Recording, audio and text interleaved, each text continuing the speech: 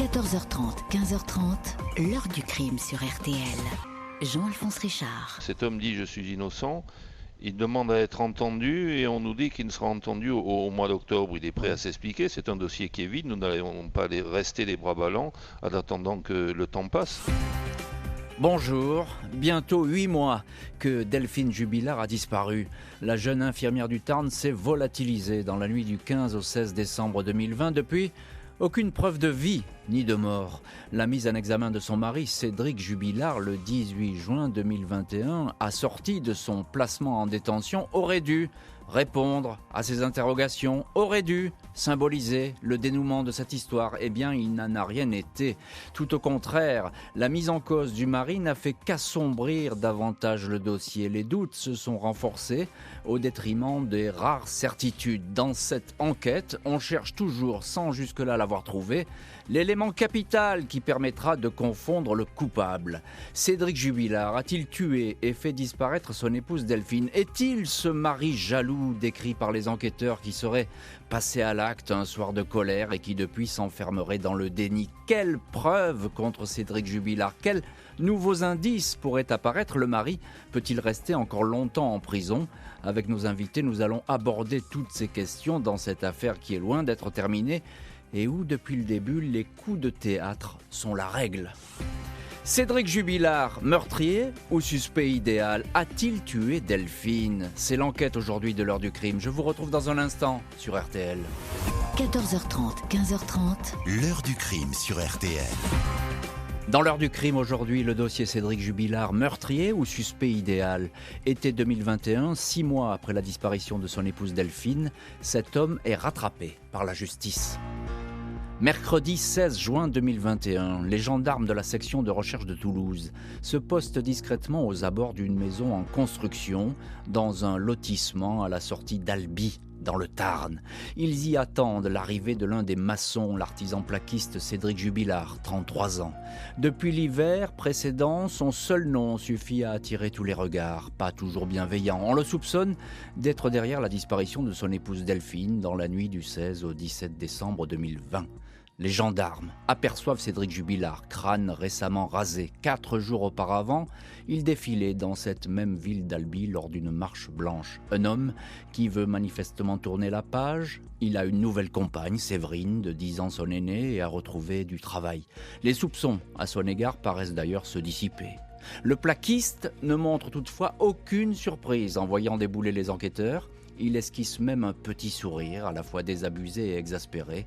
Dans ces affaires, c'est toujours le mari, le suspect numéro 1. De toute façon, je sais que je vais aller en prison, des propos qui seront rapportés par le journal Le Parisien. Après 6 mois d'enquête et de questions, Cédric Jubilard, inévitablement devenu personnage central de cette disparition, est placé en garde à vue à la section de recherche de Toulouse. Les 2 juges chargés de l'instruction ont décidé qu'il était temps d'avoir un interrogatoire poussé avec le mari de Delphine. Ils pensent disposer d'assez d'éléments pour le mettre devant ses contradictions et le faire craquer. Pour l'occasion, les enquêteurs classiques sont assistés d'analystes du comportement du renseignement criminel prêts à analyser les moindres mots et les plus petits gestes du témoin.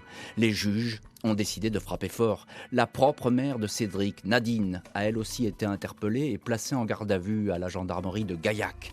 Le beau-père de Cédric, Olivier, est lui aussi placé en garde à vue. Des perquisitions sont conduites au domicile des parents, une maison de Carmaux, ville toute proche de Cagnac-les-Mines. Le pavillon de Séverine, la nouvelle petite amie, est également perquisitionnée. Séverine n'est toutefois pas placée en garde à vue.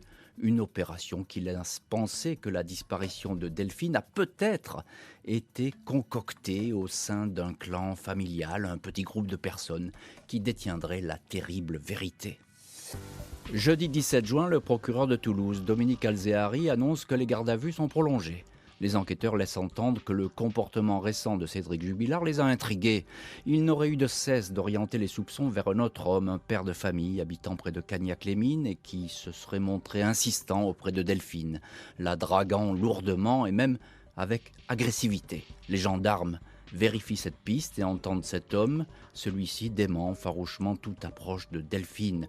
Des gendarmes qui éliminent également de la liste des suspects le fameux Amant de Montauban, un homme marié qui était en contact sur Internet avec Delphine, un amant avec qui la jeune femme s'apprêtait à refaire sa vie.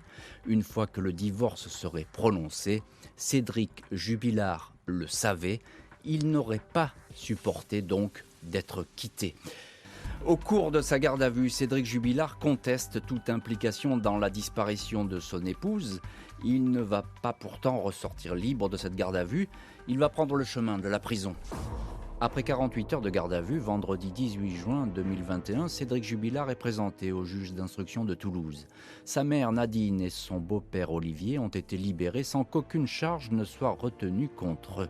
Cédric Jubilard est mis en examen pour homicide aggravé sur conjoint et placé en détention. Tout au long de ses interrogatoires, il n'a cessé de contester son implication. À aucun moment, il n'a laissé entendre qu'il était responsable de la disparition de Delphine. Un crime où il n'y a pas de corps, pas d'aveu, mais dont le suspect principal est clairement identifié. Le procureur de Toulouse, Dominique Alzehari, évoque des indices suffisants. Il souligne les déclarations contradictoires et mensongères de l'intéressé. Il est ainsi avancé que Cédric Jubilard a toujours parlé d'une séparation non conflictuelle avec son épouse, alors que des témoignages décrivent de fréquentes disputes au sein du couple. Il pouvait se montrer brutal, grossier, agressif, indique le procureur. En garde à vue, Cédric Jubilard a admis qu'il y avait eu des accrochages entre lui et son épouse, mais que ceux-ci n'ont jamais entraîné des violences. Il dément une récente dispute. L'artisan plaquiste aurait également dit qu'il ignorait la liaison extra-conjugale de Delphine alors qu'il en aurait été parfaitement informé. « Je n'ai pas de preuves. Elle téléphone en cachette, elle a changé ses codes, donc on peut supposer qu'elle me cache des choses », explique-t-il en garde à vue. La mise en examen de Cédric Jubilard s'appuie sur ses mensonges, mais aussi, selon le procureur, sur des indices. Il y a tout d'abord la machine à laver. Cédric Jubilard a signalé la disparition de son épouse à 4h10 du matin, le 16 décembre 2020. 3 gendarmes de la brigade de Val-d'Eriès, localité proche de Cagnac-les-Mines, sont arrivés à la maison du couple, 19 rue Yves-Montand, à 4h50. Le mari, vêtu d'un pyjama, était alors en train de lancer une machine à laver dans laquelle se trouvent quelques chaussettes, mais surtout la couette du canapé sur lequel dormait Delphine. Le couple, en instance de divorce, faisait chambre à part depuis des semaines. Les gendarmes, affairés à recueillir le premier témoignage du mari, n'ont alors pas porté attention à la machine à laver. Ils ne s'intéresseront à ce détail que dans les jours suivants. La fameuse couette lavée et séchée sera alors placée sous scellé. Interrogé sur ce point, Cédric Jubilard indique avoir spontanément ramassé la couette pour la nettoyer, car un des chiens du couple avait uriné dessus. Les juges considèrent cette attitude hautement suspecte, une machine à laver en pleine nuit, alors que Delphine a disparu.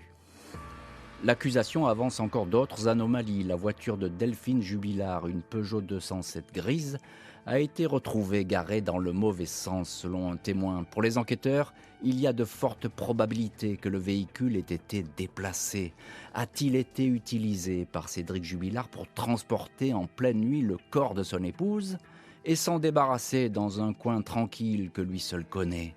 Les gendarmes n'excluent pas cette piste. Ils notent aussi de la condensation dans l'habitacle de la Peugeot, preuve, selon un expert, de la présence prolongée et récente d'une présence humaine à bord.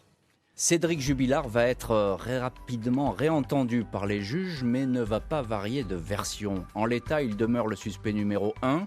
Le parquet de Toulouse assure que les expertises techniques et scientifiques sont loin d'être terminées et se poursuivent. Une semaine après avoir été placé en garde à vue, Cédric Jubilard est à nouveau entendu. Devant les juges, il indique que Delphine aurait pété les plombs.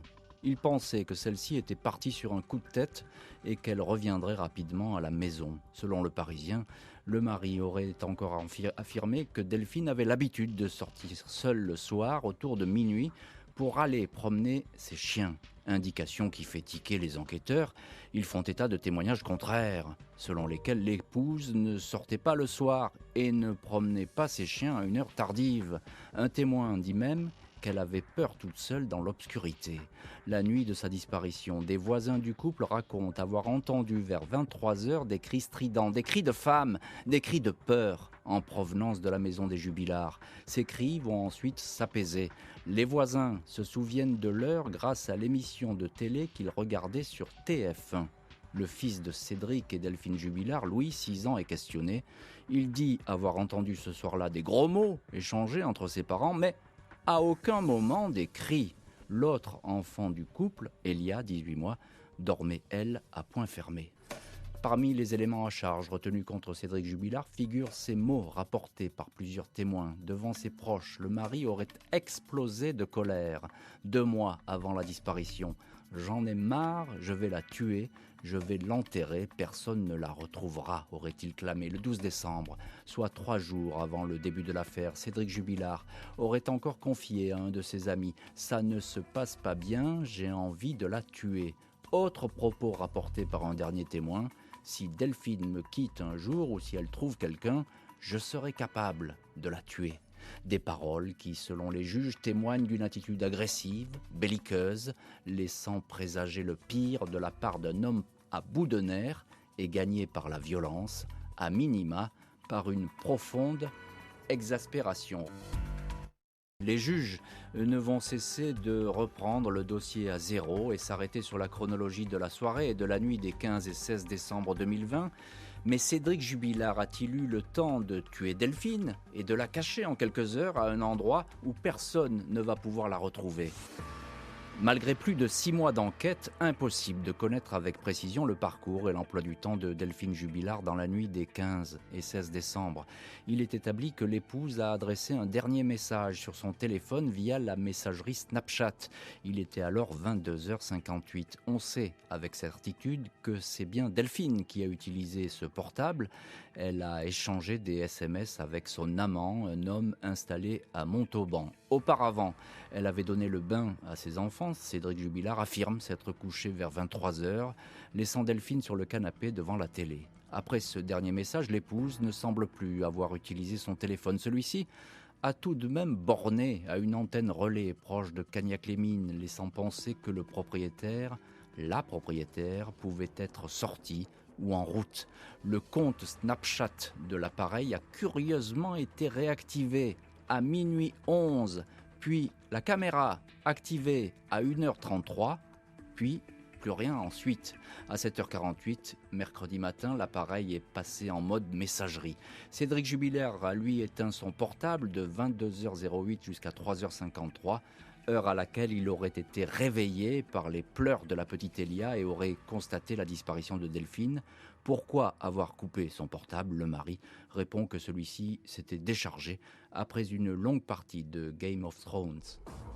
Après avoir signalé l'absence de son épouse, le mari va passer 180 appels jusqu'au lendemain, 17 décembre. Il n'y aura ensuite plus aucun appel à destination de Delphine, dont le téléphone n'a jamais pu être localisé ni retrouvé.